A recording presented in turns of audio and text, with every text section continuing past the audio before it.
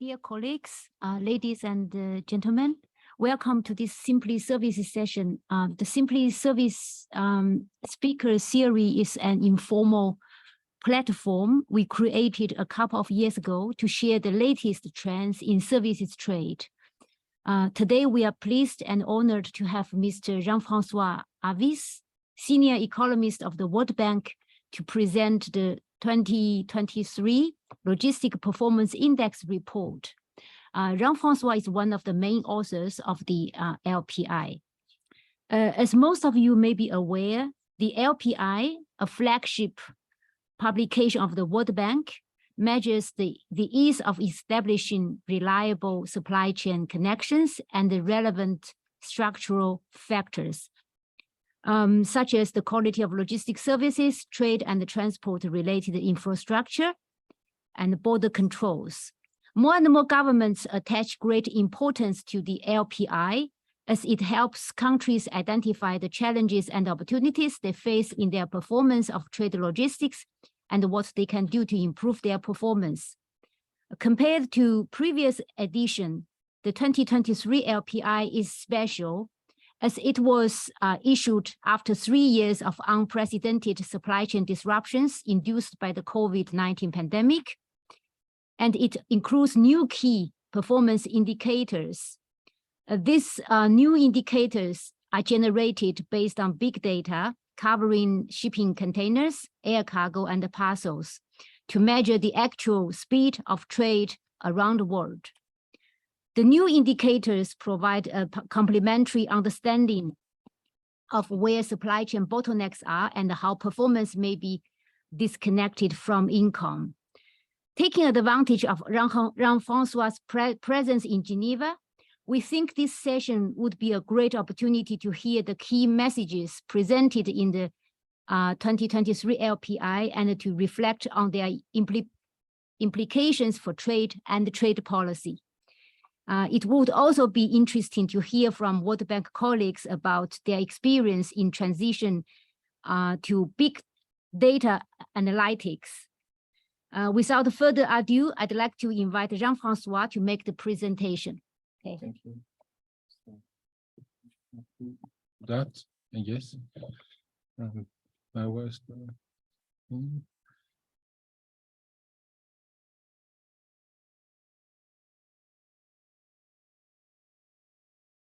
Which one I have to press? It's the wrong screen. Which screen is it? The wrong screen. Okay.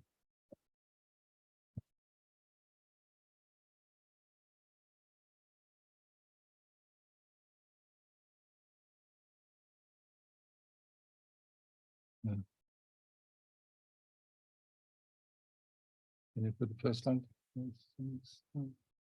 Okay, good. Thank you, Rosie, for the introduction. Thank you for the WTO for the invitation. So it's something we discussed. I mean, we discussed this project, which has been long in the making last year, and we agreed to make a presentation. It should have been done earlier, but better late than never. And I'm very happy to be here to present and looking forward for to the discussion. So the main features is that I think we went through interesting times for people working on the supply chain and logistics. From something taken as granted, it became a problematic and subtle areas, and everybody is speaking about supply chain. Well, it was 3 years ago, kind of arcane jargon. And of course, we went through the COVID and somehow related to COVID, shipping disruption, where war in Ukraine impacted trade, but it was more local, and also there's a lot of attention to the fact that the supply chain are complex, and disruption somewhere is propagating downward, but also sometime upward on the supply chain. And put forward I mean, two considerations. The first one is supply chain resilience, but I think it also speed up the interest in having environmental sustainable logistics. And in other instance, in the IMO in London, I think yesterday, I think some big decisions have been taken for instance, for shipping logistics. On the focus here is on let's say a static concept of performance as opposed to dynamic concept of disruption and resilience. We have also work on indicators of resilience and disruptions, but they are not presented here. So we are the main thing important is that for I mean, if we put ourselves, let's say even just 10 years ago, there was not so much data globally available on supply chain, so we had to rely on survey to understand our country compare in the term of logistics efficiencies, what type of issues they were facing on let's say using cross-country comparable tools. Over the last 5 years, the landscape has radically changed, and I would say that almost everything and everywhere is digitalized. And it means that we have probably to consider very seriously the transition from indicators strictly based on surveys to indicators primarily based on actual data. I'm referring to this tracking data as big data. So it means that in this year we have done both. We have done a survey, which is a classical survey using the partnership with the logistics industry to have a respondent in a number of countries, making country assessment, and essentially those respondent is a respondent in country A is scoring a country B with a choice of eight countries along 6+2 dimensions, and it is still a score on the scale of 1 to 5. But this year we have entered into partnership with global tracking sources of containers, parcels, air cargo to develop new indicators. The main LPI as published in April this year is still based on the survey, not on the new data set. So it's a big disclaimer, and explain how we try to move from that. So the main result I'll present first the result for the survey briefly, and then maybe expand a little bit on the big data. So if we look at the main indicators from the survey, 1 to 5, which is more or less an average of 6 dimensions for each countries, what you find that there is a tendency overall to have a better performance worldwide, because the curve has been moving to the right over time, which is here. No, here. What is here? Okay, here. I have to. If I do on the screen, it does work. No, I have to point it here. So you see that this curve, the black one here, has been moving to the right compared to previous years. Also, when you look at the income, I mean, it's a classical message, but it's not just reflecting income, and it's loosely related to income, but just loosely. Also, when you look at the component of the LPI, so we have a component, they are here, not here. On the border impact of border processes, which is typically rated lower than all the other components. Another component on the trade infrastructure quality is averaging affordable shipments. So it's more about the cost, quality of logistics services, tracking and tracing and timeliness. 2 messages is that you need to be relatively consistent across the component, and that the one which is defining the most the logistics overall logistics performance is quality of services. So logistics performance is about the quality of service delivery. We had the specific questions on environment and environmental sustainable options, and what we find is that it's we ask about how many often the shippers going to certain countries are asking for environmental friendly option. So it may be a less carbon intensive mode, for instance. It happens that it's also correlated to logistics performance, and overall, there's in some countries it's actually a core concern. So I think that I gave those message already. Let's move to the next topic, the new indicators.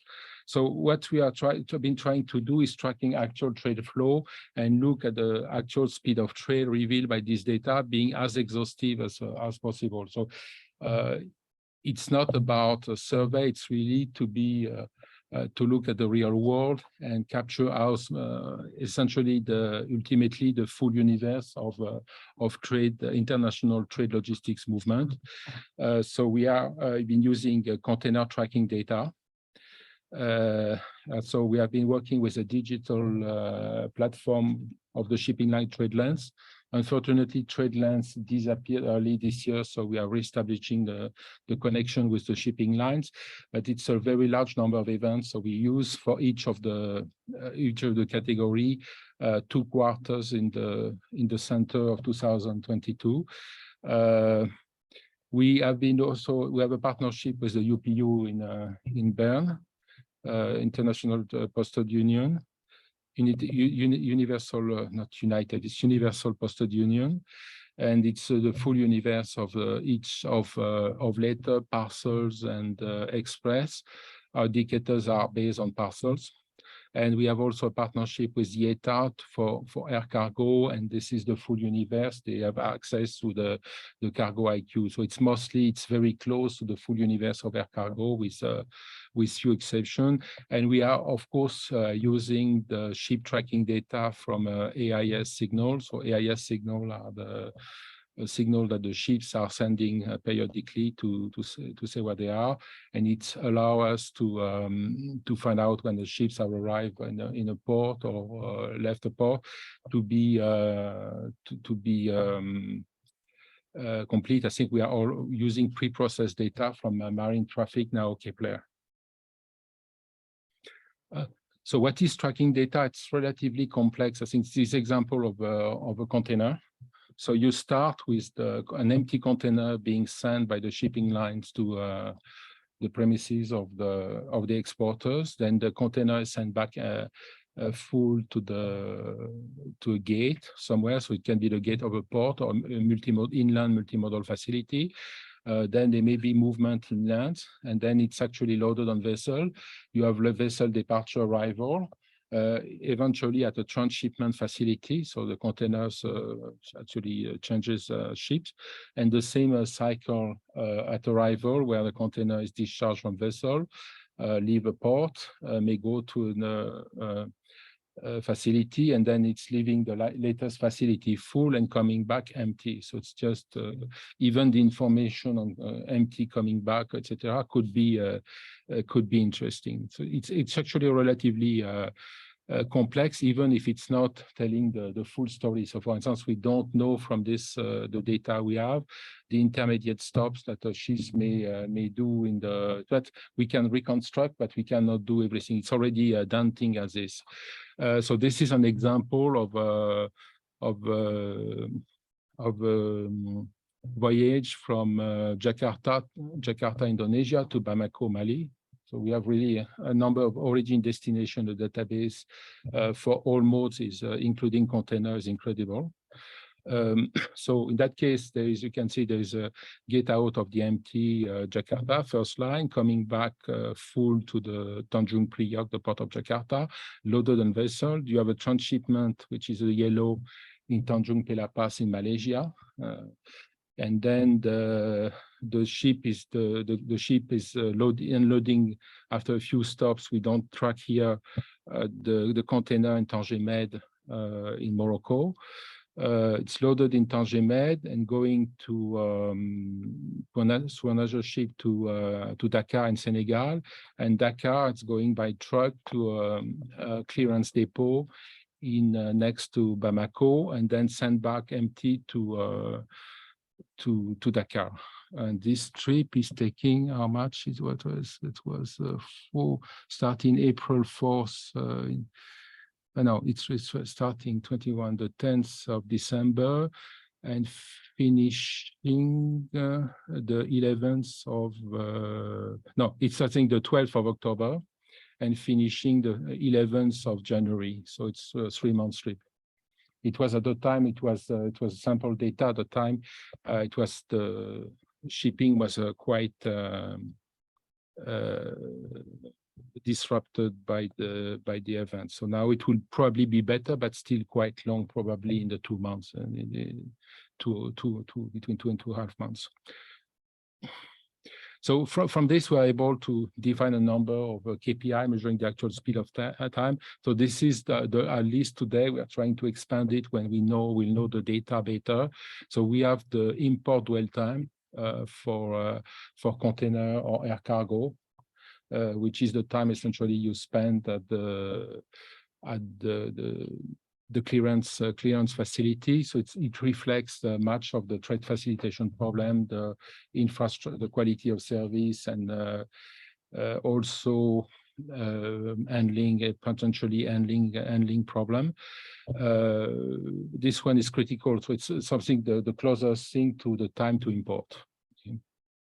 And the actual one, not something reconstructed from as other indicators I've been trying to do in the past. We can do the same for export.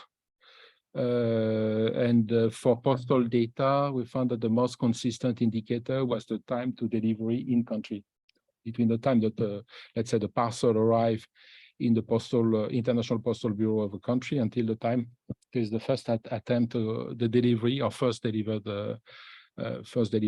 attempt, which gives an idea of the efficiency of postal logistics.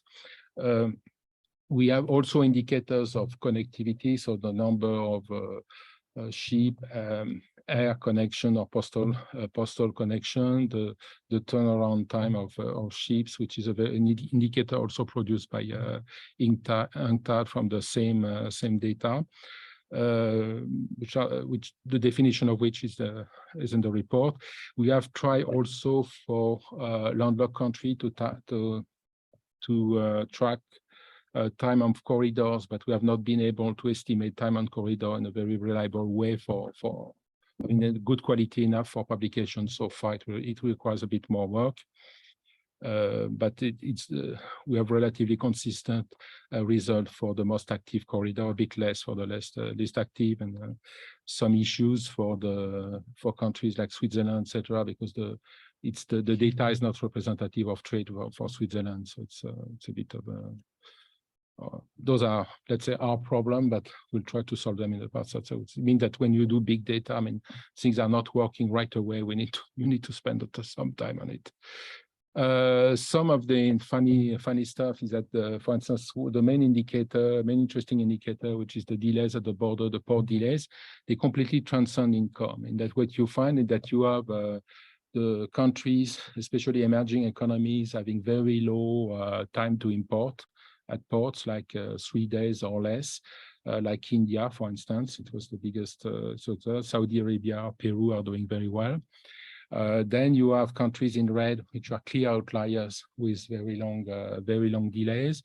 But the surprise is that the rich countries like Germany, France, or United States are not doing so well, and that the time at ports in the US or France is 3 times India. Okay, it's the first time we saw the results. Hey, there's a bug with the data, so we rushed on our emails to reach people in India or in the shipping lines or port industry to find out whether it was real, and it was real. So we have not come up with a full explanation. I think there are two primary explanations for such a counterintuitive discrepancy. The first is that it may be that there's still some effect of the disruptions in the rich economies, and when we do the update next year for the delays this year now, it may look better, and we have less discrepancy. What we also believe is that there is some effect of leapfrogging, and some emerging economies have been streamlining digitalization of supply chain much more forcefully than rich economies. So, for instance, the way they have been doing it in India, they are forcing importers to be in the cargo tracking system and pushing them to move things faster, which would be it's not something that you find in the EU or in the United States. I mean, the United States, I mean, even digitalization in the public port system is still relatively poor. So there's a clear effect of leapfrogging and probably an effect of disruption, because you can see the effect of disruption, for instance, with the war in Ukraine, which is not directly the war, but the fact that you have the fast embargo on Russia by main container shipping lines. It has really impacted the performance of ports in Northern Europe, especially in the Baltic area. So you can see that with Poland, Germany, or Finland. So there's probably the truth is in between, but this is a fascinating pattern because it's not something we expected at all initially. Something which is more common knowledge is when you try to see what's the average container, typical, I mean, average in the sense of an economist, you find that overall, I mean, a typical container will travel for a month and a half, 47 days, from it's entering the port of export to leaving the port of import, and most of the time is spent at sea. Okay, almost 2/3 of the time, and the rest is spread equally between the port of export, the port of import, and transshipment activity in between. What is interesting when you try to looking at the same routes, what's the source of variance in lead time? You find that the lead time at the variance in the time at sea is contributing much less to the variance in lead time, and half of the variance in lead time is coming to import, which in a sense is vindicating the importance of the trade facilitation agenda, which may please the people here. I mean, transshipment and port of import are still contributing to their import same level and for variance as for the lead time itself. Another way to look at it is that we have so much data that we can reconstruct for airport, the distribution of delays. And we have fascinating curve. And with this kind of log normal type of distribution, with very spread to the right. You mean that, for instance, a port like Algiers, which I personally know quite well for my work there in Algeria for the bank, you have a very almost 3 weeks lead time, which I can confirm from their own data. But it's very much spread out. When you look at, for instance, Jebel Ali, you have something which is a bit similar. Also, the curve is not as shifted to the right, but the scale is much lower. So instead of having 21 days of dwell time, you have only 5 days in Dubai. Jebel Ali is the port main area in Dubai.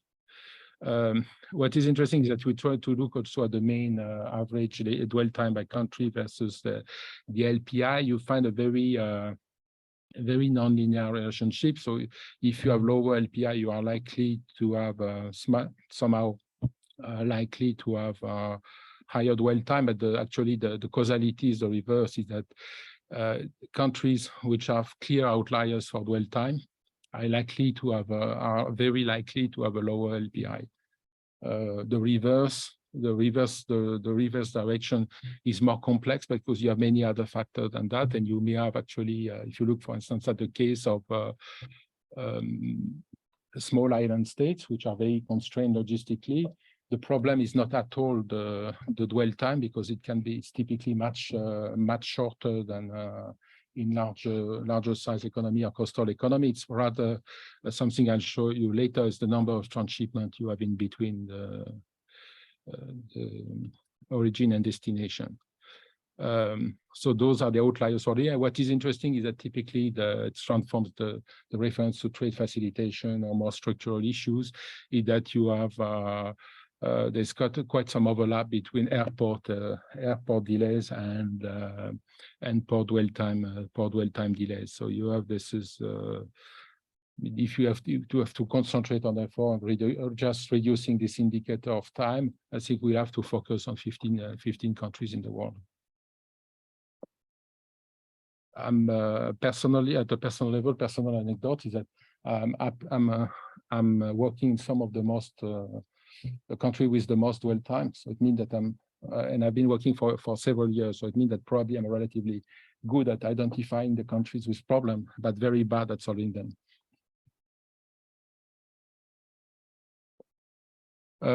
What is interesting and not totally intuitive, except if you know the details, is that there's the export dwell time and import dwell time are about the same scale. So they are not, also there's a lot of spread. On average, it's about the same, you spend as much time on import and export. But the reasons are pretty different, is that the import dwell time is something which is driven by private, export dwell time is driven by private practices, and essentially in complicated countries, the shipping lines are imposing a buffer time, which is typically 48 hours worldwide or more. So it means that this is built in the export dwell time, but the viability of import dwell time versus export dwell time for a given port is typically much lower. So you have about the same value. It takes as much time, but you have much more predictability with export versus import, which is relatively intuitive. When you try to relate the LPI with the dwell time, so it's a bit a nonlinear relationship I was explaining. However, when you look at connectivity indicators, it looks better. So, for instance, there's a strong connection between the LPI categories and the number of maritime connections. So the countries with a high level of maritime connections are typically high degree of high LPI based on the survey. And the same patterns are going from aviation and postal, also a bit more regular. What we found, I think this data was not available before. It's the number of transshipment you have, and that you have almost a Poisson distribution of the number of transshipment at 44% of the container have no transshipments. And but the probability, if you have transshipment, the probability having quite a lot. It's almost funny. It's almost a Poisson distribution for transshipment. And the delay. What is interesting also is that the delays in transshipments are relatively are distributed quite the same ways as the delays for imports. So it means that the phenomenon of variance in lead time also happens for transshipment. So it means that if you have a lot of transshipments, expectedly you have a very unreliable supply chain. So if you're looking, for instance, at small island states, I think the focus should be how to reduce this dependence. Of course, I mean, trade facilitation at the end in the end country is interesting, but it may not be the binding constraint, and there is no good policy lead so far. So the observation I made them in the description. Going forward, I think our first priority is to consolidate the data source. So you have a bit hiccup with the shipping line data, with dispersion of trade lines, and we're addressing this currently. We plan to have an update of the KPI every year. Survey LPI will be less frequent, and the ambition, this is the current area of research, is to now case the LPI from the big data. So we are not 100. We are confident may work. We are not 100% sure. It requires to play. So the reasoning behind is that if you think of a survey, you are surveying professional, and the professional, when they respond to a survey, they are influenced by their own experience with the speed of trade they are managing.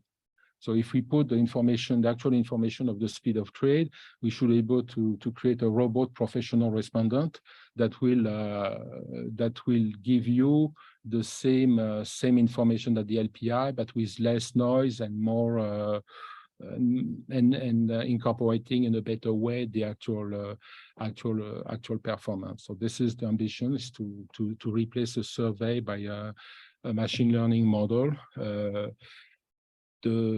What may not work is that if actually the big data we have access to is not a sufficient statistic of the LPI. And this is not, and of course, the big data does not exist for all mode of trade. So for instance, the tracking, cross-border tracking is not included in the big data, and it will be very difficult for the time being because there is no single repository of on tracking. The other thing is that and this is something we're currently discussing with this our nice colleagues at the service division in the WTO, is that the LPI is a performance outcome. It doesn't tell you much about the quality of regulation, a bit indirectly. I mean, so if you think that you have issues with the customs indicators, it may mean that you have issues with the actual issue with the border management in the country. But we feel that there's a social demand for regulatory dashboard on logistics that will be also include the new trends like digitalization or green. There's also some commonality with the STRI if we go into that direction, but this is there's also a lot of more which can be done for informing policy. I think there is two directions we are considering. The first one is this data is a cornucopia of for future research. For instance, just having the information of time trade to trade origin destination, you can redo the AML's estimate of the value of trade in a much more granular way. We are also considering that if we bring just the data on ports we have with data on that our colleagues are in the transport division of the World Bank have developed on the performance of ports, we can have really a very comprehensive port dashboard with that can help us categorize port according to the category of problem they have.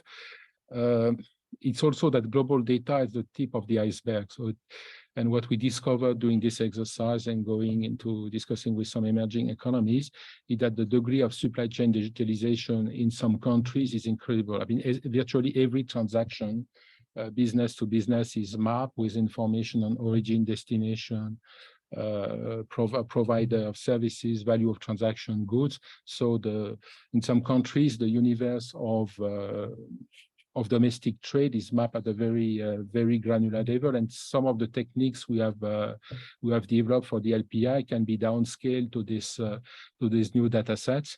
And I think it's the new frontier in some of using big data for country work. Okay, so I hope I've conveyed some of the enthusiasm of doing big data for supply chain and logistics. It's not necessarily easy, but it's fascinating. I think it's also a good byproduct of the pandemic, where we had to work from home, and it was maybe more quiet to undertake this kind of project than when you have to run for a note for the management every day. Okay, that's it. So maybe questions. Okay. Okay. Thank you, Jean-François, for this very informative presentation. Since now I'm going to turn to our discussant Stella and Jocelyn to share their views on LPI from their perspective from the perspective of their respective work. Since its launch in 2007, LPI has been widely used as a global trade and transport indicator for policymakers and industries, as well as components in various transport and trade indicators. So this is why today our first discussant, we invite colleague Stella to tell us about the role of LPI in global trade costs, in particular how it is used in WTO Trade Cost Index. Stella is a research economist at the Economic Research and the Statistics Division, where she focuses on topics related to global value chains, economic development, and innovation. She's also responsible for the development of WTO Trade Cost Index and its analysis. Stella, please, the floor is yours. Thank you very much, Rosie. And thank you, Jean-François, for the fascinating presentation. It's really a pleasure to be discussing this work you've done in the past year or two. And basically, I would just like to make 2 points. Logistic performance and its measurement is very important, and that the 2023 edition of the LPI is a very interesting and useful step forward. But so to make my first point, I'll be using the WTO Trade Cost Index, which is basically a measure of global trade cost that measures trade cost indirectly. It only relies on trade flows data and some econometrics, and basically it tells us how much more difficult it is to trade internationally compared to selling or buying domestically. And based on our analysis, we find that trade costs are indeed high. In 2018, the tariff equivalent of international trade costs was 500% in agriculture and 300% in manufactured goods. In other words, in agriculture, it's 4 times more difficult or costly to sell and buy internationally than domestically. But of course, since this is a top-down approach, this index captures lots of different components that contribute to trade frictions. It captures transport and travel costs. It captures costs that are associated with transaction costs, information or communications. For instance, the fact that one needs to communicate with someone speaking different language from different kind of institutional background, or simply that finding information about products or suppliers is more difficult in a different country. And of course, it also captures trade policy, tariffs, non-tariff measures, but also regulatory differences and other types of frictions just between different governmental systems or institutional setups. And so we can use actually combining this trade cost index with information on the underlying costs. We can gauge to what extent the different components of trade costs matter compared to each other. And what we find is that still transport-related costs are the most important component. They account for around 30% of the differences between how costly it is to trade with one partner compared to another one. So if you ask me on average, what explains the fact that it is more costlier to, for instance, trade with Germany or with China, it's going to be 30% basically distance-related, transport, travel cost-related frictions. Then 10% or 16% is information, transaction, communication costs, and around 9% we estimate is for trade policy. So again, transport costs remain the major driver of trade costs, and geographical distance basically remains the biggest predictor. But what we find as well in our analysis is that good logistics reduce the impact of geographical distance on trade cost. So in the figure, what we show is the impact of 10% increase in distance on trade cost. And so we can see that for a median country in terms of their logistic performance index, 10% larger distance means 3% larger trade costs between the partners. But when the country or the importer in this case is at its best when it comes to LPI, the logistics performance index, the impact is only 2%, while at its worst, it's 4%. In other words, bilateral distance has only half the impact for importers with the best LPI compared to importers with the worst. And so what basically this analysis is based on the 2018 LPI, and it's meant to illustrate that logistics indeed is important for facilitating trade flows. It is not only significant statistically, but actually economically. And one way in which good logistics can reduce trade costs is by effectively making the world smaller. And now I just would like to make a few points on the actual 2023 edition of the LPI and the report. So what I found very useful is actually in the report, the emphasis on interpretation of the index of the indicators.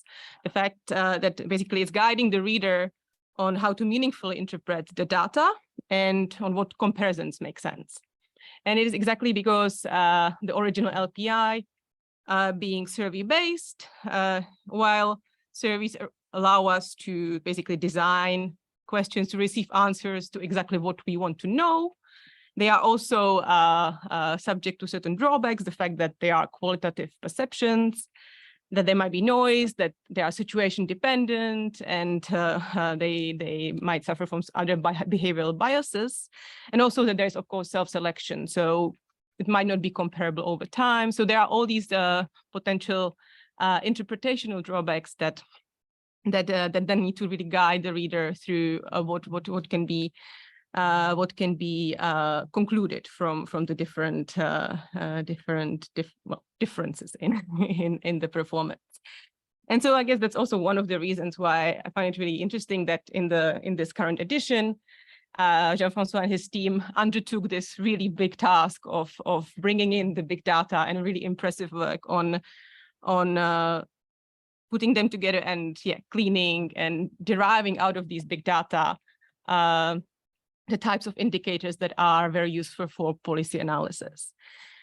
And so this, of course, brings in the sort of objective quantitative measures of some of the outcomes of the logistics processes. Of course, it's also not the silver bullet, because big data, one thing being very labor intensive to work with, but also being subject to some other types of selection biases, or for instance, the kind of sometimes issues with interpretation, because and they are outcomes, but we don't necessarily know what's behind them, whether it's really outcomes of maybe, for instance, with delays, whether it's uncertainty or whether it's simply a business decision to increase the dwell time in the port. But basically, by having now these two different sources of information on the outcomes of the logistics performance, I think this really is able to paint much bigger and more complete picture of the logistics, global logistics business. And basically what I find now, where I would be really interested in seeing more research, is the discussion between on one hand, the policy and business environment and the logistics outcomes themselves. So the LPI, as the authors explain also in the report, basically has two groups of components. One is the sort of input, the infrastructure, the policy, the business environment, and the other ones are more on the outcomes, the delays, the ease of arranging transactions, and so on. And so now with also the big data related outcomes, I think it's going to be very interesting to get even further in the analysis of what determines those outcomes. And well, I was really excited about your potential avenue into trying to basically train a big language model to supplement the subjective survey responses with what you already have. And I think, in principle, I agree with having bilateral data on these types of issues is always a very welcome development for researchers. And I think I'm gonna leave it here, and thank you very much again. Thank you so much. Thank you so much, Stella. Now, let me turn to our second discussant, my colleague Jocelyn. So I will not introduce you more, but go ahead.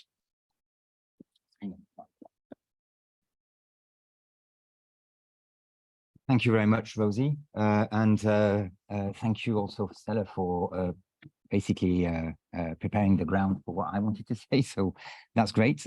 Basically, I was asked to participate in this session and discuss the report, but taking this from a trade and services perspective.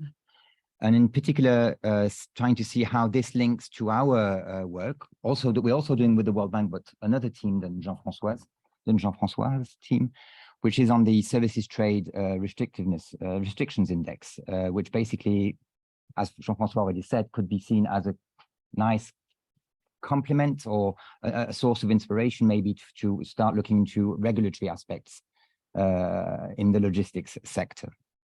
So first of all, Jean-François and colleagues, thank you very much for this very interesting new edition of the report, and also for the very interesting presentation. Indeed, we often hear that services are the glue in global value chains, and I think we can, services are the glue, but I think we can say that logistics should be the super glue in global value chains. And being able to track over time the improvements in the country's performance in logistics and also globally is an extremely useful tool for policymakers and researchers. So looking at the evolution over the years, it's quite reassuring to see that performance is improving overall. Albeit with large differences between countries and despite the disruptions that have been outlined by Jean-François. And of course, identifying the different contributions to this performance, such as the efficiency of customs and border management clearance, or the quality of trade and transport-related infrastructures, speaks to many of us in this building. This, of course, from the perspective of trading goods, and I think Stella has pointed to this already, but also from a trade and services policy-making perspective.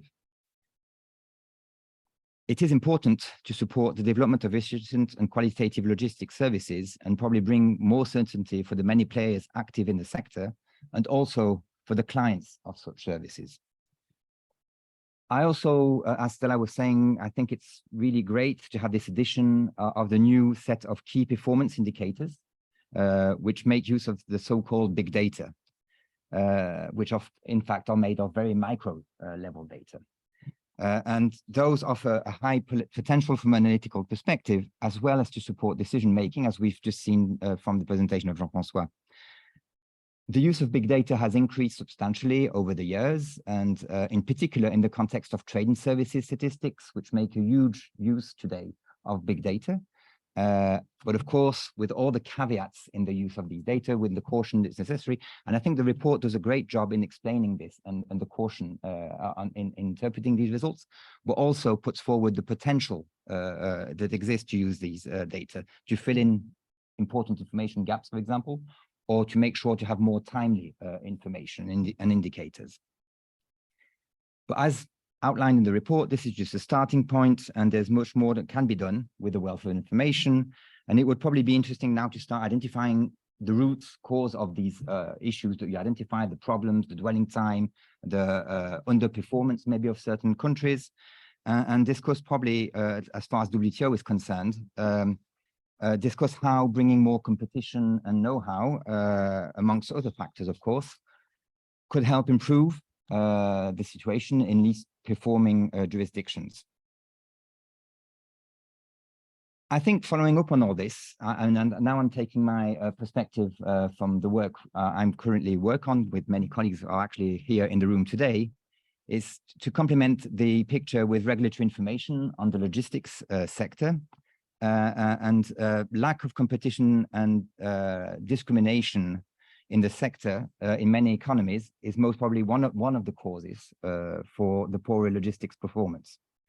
And this could maybe, to better tackle these issues, it probably would be necessary to identify what are these regulatory issues, the quality of regulation that Jean-François was alluding to.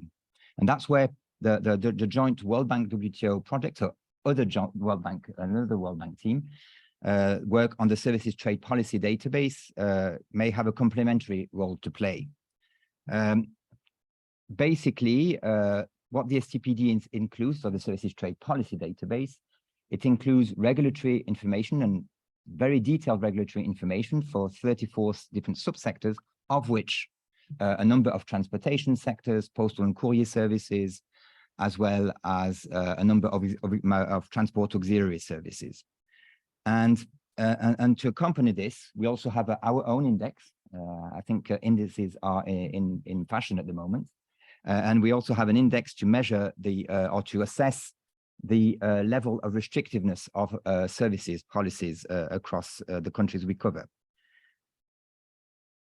Now, maybe just to give you some indication of what this information could then bring is basically that this index is used to summarize the level of restrictiveness of services trade policies, and enables, in that case, cross-country and sector comparisons, as well as serves as input for further economic research, such as to conduct counterfactual simulations or estimate trade cost changes induced by the introduction or removal of restrictive policies.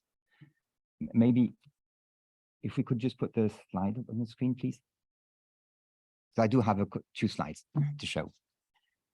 So just to complement on what I was just saying now, our recent work has enabled us to look at the effect of the elimination of these discriminatory and restrictive policies. Oh, yeah, thank you. And in particular in the transport sector. And we see that, and by doing a counterfactual, by estimation of removing barriers to trade and transportation services, we see that such reforms could boost international trade, as presented in this slide. Now, what we see here on the left-hand side, we see that by removing restrictions on the establishment of commercial presence, so foreign investment in the transportation sector, we see that by removing these restrictions, a clearly positive effect of policy reform on the perceived overall restrictiveness in services trade policy on the left-hand side, but also the overall reduction on trade costs to trade services, basically on the right-hand side of the slide, where we see that there would be an important or substantial reduction of trade costs in the services area.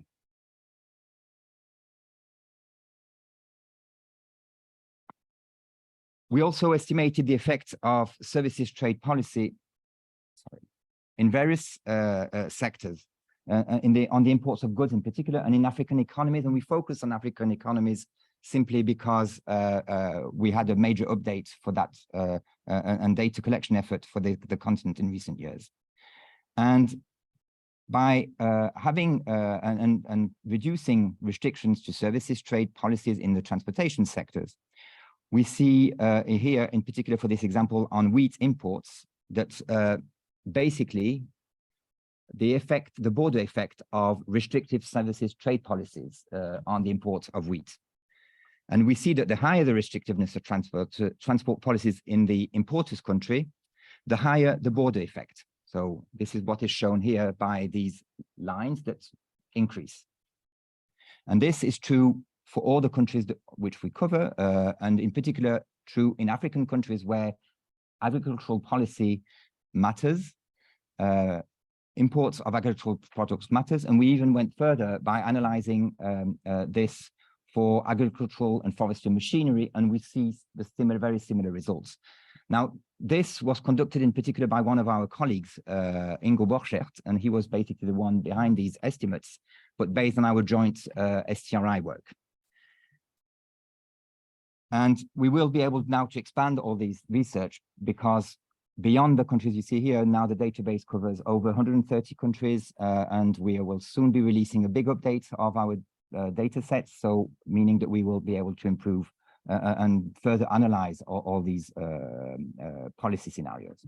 Now, I would like to conclude again by stating the important contribution of your work and your colleagues, Jean-François, sorry. And as I indicated earlier, it would be important to also take into consideration the regulatory dimension in all this work, and building on the work done on the LPI, but also on the STRI work, and see how we could find synergies and how both products will complement each other, or even be developed side by side to give a fuller picture of the situation. And with this, I will stop. Thank you, Rosie. Thank you, Jocelyne. I think we only have a few minutes for the questions. We do have some questions online. Before I read these questions, first, I will take advantage of my role as moderator to ask one question. Actually, I have many, but just in the interest of time, I only have asked one question. the LPI actually measure efficiency, or you call it quality of services of a country's logistics system. In the latest survey, you also notice the increasing demand or pressure for environmentally friendly logistics services, so-called green logistics. Do you think that future LPI would incorporate environmental performance? So that's definitely, so it's not just about efficiency, but you have to redefine the performance, for example. So if you do that, how do you envisage this could be done? For example, now you have more and more data about carbon emission. Okay, you also have big data of carbon emission. And I think that's really very challenging, how you are going to incorporate more and more big data into your current index. So this is one question. And then we have questions online. I read, I think all together. One is from our colleague, Antonia. She asked, at some point, China's AIS data became unavailable. Is this still the case? If so, how did you handle this? And there's one question from David Mandy. He asked, in the context of transshipment, how do we accurately track, the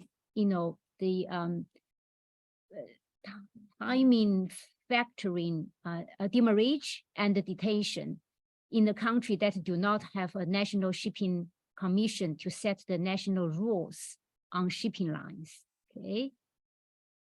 And I think we have another.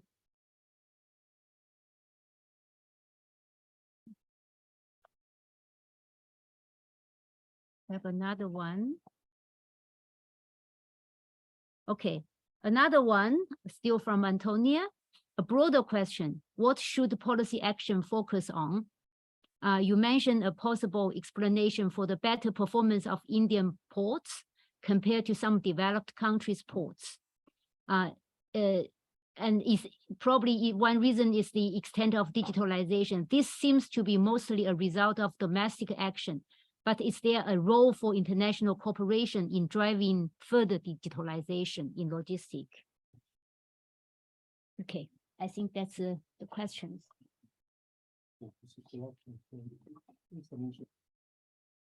Some interesting observations by the discussant.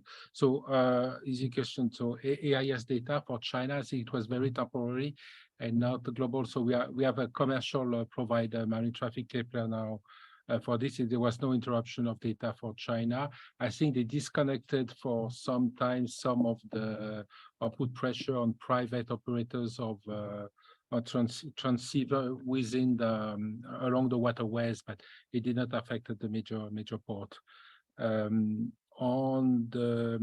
green logistics, I think it's an active area of research and implementation at the World Bank. So essentially, I have a number of colleagues in the transport side are working on decarbonization of transport along other agencies. So they're working closely with, for instance, UNCTAD or OECD on that. It's one aspect of green logistics. So for instance, we're trying to do some research using the value of goods per container for digit HS code, to estimate of that, to be able to look at the emission ad valorem of trade. And so it's a work that will develop in the next few months. However, there is something which is sometimes overlooked, is that green logistics is not just about green transportation. It's about, there's the supply side, which is the decarbonization of transportation. And there is a demand side on how the principle of supply chain that are actually trying to decarbonize using cleaner transport, but it's not just about that. It's about you manage your full supply chain in a greener way, accept to have a trade-off between speed and emissions. And also you have other aspects of management. You have emissions also with not just in transportation, but with warehousing, etc. So you have a number of emerging practices. which are well documented in advanced economies. And one of the big questions is how those practices, which is of green supply chain management or sustainable supply chain management, going between transportation, so it's a demand side, with wholesalers or manufacturers, are disseminating in developing countries. And when we started doing interviews in developing countries, then it seemed that once you have really a connection, especially with European multinationals or with European investors, there's a lot of pressure to adopt the standards of EU standards in sustainable supply chain management. You may have other standards from other, but it seemed the driving force are through the EU trade and investment linkages so far, and we plan to document this, but it's still a fuzzy area. One ambition will be to have a kind of a questionnaire we can implement in countries to understand the diffusion of those practices. Whether it could be in the next LPI editions, I don't know. But it's really a hot topic and important to complement all the work which is much more advanced on the decarbonization of transportation. On transshipment, I don't think we track demurrage at all. I think this is potentially important at the country level. However, it's just one aspect of the impact of value of time. On policy, global policy initiative, I think the number of things going on. I think one thing we find really important in explaining difference in transformation is how advanced you are in supply chain digitalization, and it's not just the classical things like a port community system or a trade single window, which is almost a 20-year-old technology now. It's really about end-to-end tracking. And obviously, if you're just doing within your borders, you are not capturing enough. So for instance, India is moving to the next phase, which is imposing the shipping lines to fill advanced informations to be able to track almost to upward. I think the Canadians, for instance, have been investing also in this just to optimize, for instance, the multimodal transfer at Vancouver or Prince Rupert to move container imports on train without too much backlog. Where there might be a policy initiative, I mentioned there was a platform which was launched initially by Maersk and IBM called TradeLands, and there was a number of shipping lines going in. Not many partners beyond shipping lines, and it was not sustainable, so they discontinued it. And we feel at the bank that this is actually a global public good to have a kind of global information platform where you can really fill the information and allow the communication between national systems, national let's say supply chain tracking system. And I think this is something that could be done in the future, but I think we cannot support it directly. We can eventually advocate for it at the World Bank. We cannot operate such an initiative. I think, for instance, we feel that the best place international organization to host such a public good would be UNCTAD or the ICC. Maybe not you, but that's not your job of managing something. But I think it's a global. I mean, information. In that case, there's a case for information as a global public good, and the TradeLands was a nice experiment, but it was let's say private. And if it were a global public good, a bit more open with some guarantee, maybe there will be more participation. Because I can understand that, let's say, the customs of emerging economy, they may have some reticence in participating in TradeLands in the past because this was a private system managed by IBM. So if you've been working a bit with the information technology, you understand that sometimes there's double use considerations, and may understand that some countries may not be happy having a US company, a US IT company managing the system. You need more neutrality. Okay. Thank you, Jean-François. I think we have run out of time, and I think this is very, fascinating, and especially we share your enthusiasm about using big data in our current work. But as you already mentioned that probably more challenges, you know, than sort of so far we have seen the benefits than the benefits we have seen. And then so more work will be, I think more work needs to be done. And we also look forward to cooperation with you and your colleagues. And with this, we want to thank you again and conclude this session. Thank you very much. Thank you.